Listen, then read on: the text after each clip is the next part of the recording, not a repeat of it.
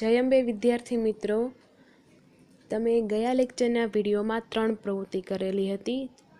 એના આધારે તમને શું જાણવા મળેલું? પવનની ઝડપ વધતા તેના સ્થાને હવાના દબાણમાં ઘટાડો થઈ જાય છે. આ 3 પ્રવૃત્તિ પછી આજે આપણે એક નવો ટોપિક ભણવાનો છે. 8.3 ગરમ થવાથી હવાનું કદ વધે છે. કોઈ પણ વસ્તુ ગરમ થઈ જાય તો એના કારણે ત્યાંની હવા હશે એનું કદ વધી જાય છે. આ વસ્તુ સમજવા માટે તમને 2 પ્રવૃત્તિ આપેલી છે. તો પહેલી પ્રવૃત્તિ છે 8.5. એ પ્રવૃત્તિની અંદર તમારે 3 વસ્તુની જરૂર પડશે. પહેલું બીકર, બીજું કસનળી અને ત્રીજું ફુગ્ગો. પછી તમારે શું કરવાનું છે? જે તમે કસનળી લીધેલી છે એની ઉપર ફુગ્ગાને બાંધી દેવાનું છે. ફુગ્ગાને બાંધવા માટે તમે કોઈ દોરીનો ઉપયોગ કરી શકો છો અથવા સેલો ટેપ હોય એના વડે ફુગ્ગાને બરોબર ફિટ રહે એવી રીતે બાંધી દેવાનો છે. જેમ તમને આકૃતિમાં આપેલો છે તેવી જ રીતે. હવે પ્રેક્ટિકલ કરવાની શરૂઆત કરી દેવાની છે. તો બીકરની અંદર પહેલાં ગરમ પાણી ભરવાનું છે. ગરમ પાણી મુકાઈ જાય પછી એની અંદર કસનળી મૂકવાની. કસનળી કેવી હશે? તમે કસનળીનો જે મુખ હશે તે ફુગ્ગા વડે બાંધેલો હશે. 2 થી 3 મિનિટ સુધી આ કસનળી ગરમ પાણીમાં રહેતા શું થાય છે, ફુગ્ગામાં શું ફેરફાર જોવા મળે છે તે તમારે અવલોકન કરવાનું છે. તો અહીંયા શું થશે? 2 થી 3 મિનિટ દરમિયાન ફુગ્ગાની અંદર હવા ભરાઈ જશે. એના કારણે તમને ફુગ્ગો છે થોડોક ફૂલેલો દેખાય છે, જેવો તમને આકૃતિમાં જોવા મળે છે તેવી રીતે. તો અહીંયા શું થતું હશે? પાણી ગરમ છે તો આના કારણે હવા ગરમ થશે અને હવા ગરમ થવાથી તે વજનમાં હવા પતલી બનશે. આના કારણે તે વિસ્તારમાં હવાનું કદ વધી જશે અને ફુગ્ગો ફૂલી જશે.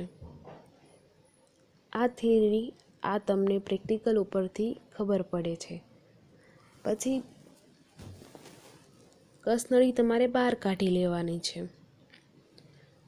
હવે આપણે આ પ્રયોગ ઠંડા પાણીની અંદર કરવાનો છે. કઈ રીતે? તમે બીકરની અંદર જેવી રીતે ગરમ પાણી ભરેલું હતું એવી જ રીતે બીજા બીકરની અંદર ઠંડુ પાણી ભરવાનું છે, બરફવાળું. ફુગ્ગાવાળી કસનળીને તે બીકરની અંદર મૂકવાની. 2 થી 3 મિનિટ થશે ત્યાં તમને ફુગ્ગાના આકારમાં કોઈ ફેરફાર લાગે છે તે વસ્તુ અવલોકન કરવાની છે. 2 થી 3 મિનિટ દરમિયાન તે ફુગ્ગો તમને ફૂલેલો જણાતો નથી. જેવું તમને આકૃતિમાં આપેલો છે એવી જ રીતે દેખાય છે, એકદમ સંકોચાઈ જાય છે. તો અહીંયા શું થતું હશે? પાણી ઠંડુ છે એટલે ત્યાંની આજુબાજુ જે હવા હશે તે વજનમાં ભારે થશે. ઠંડાના કારણે હવામાં ભેજ હશે. તમારો જે ફુગ્ગો છે એના કારણે સંકોચાયેલો જોવા મળે છે. તો આ પ્રવૃત્તિ ઉપરથી તમને 2 વસ્તુનો ખ્યાલ આવી ગયો.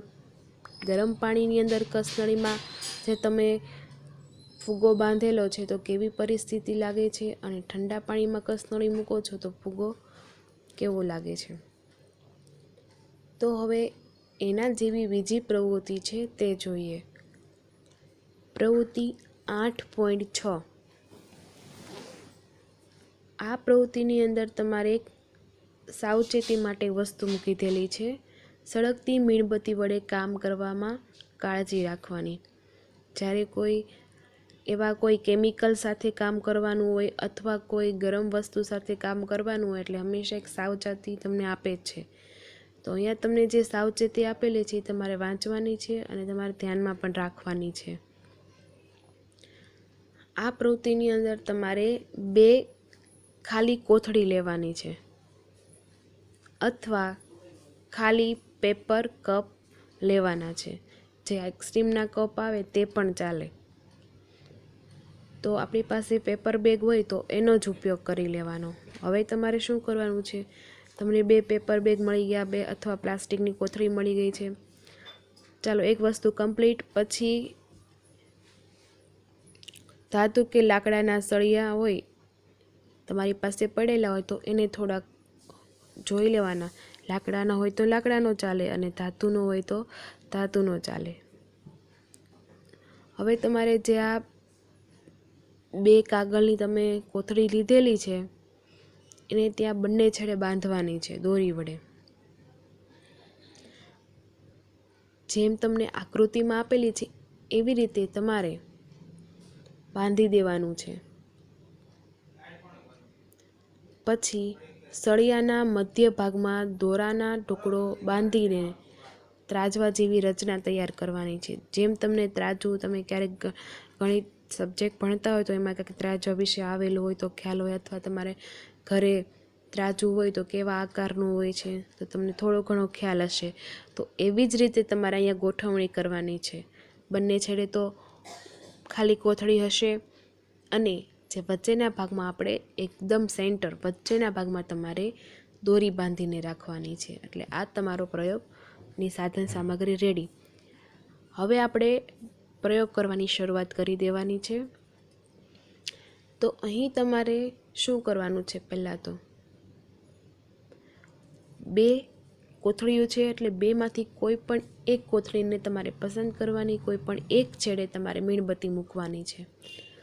જેમ તમને આકૃતિમાં આપેલી છે એવી રીતે તમે મીણબત્તી મૂકી દીધી. મીણબત્તીની જ્યોતના કારણે શું થાય છે એ વસ્તુ તમારે અવલોકન કરવાનું છે.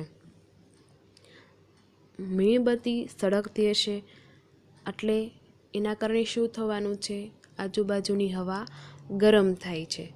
હવે તમે પ્રકરણ 4 ઉષ્મા જે તમે ભણેલા હતા એ થોડું ઘણું યાદ કરો એટલે તમને થોડીક માહિતીના આધારે આ પ્રયોગ તમને સમજાશે. તમે ઉષ્માનયન, ઉષ્મા પ્રસરણ, ઉષ્મા વિકિરણ ભણેલા હતા તો એમાં પણ નાની નાની પ્રવૃત્તિ હતી. તો એ પ્રવૃત્તિનો સમાવેશ પણ આની અંદર થઈ જાય છે.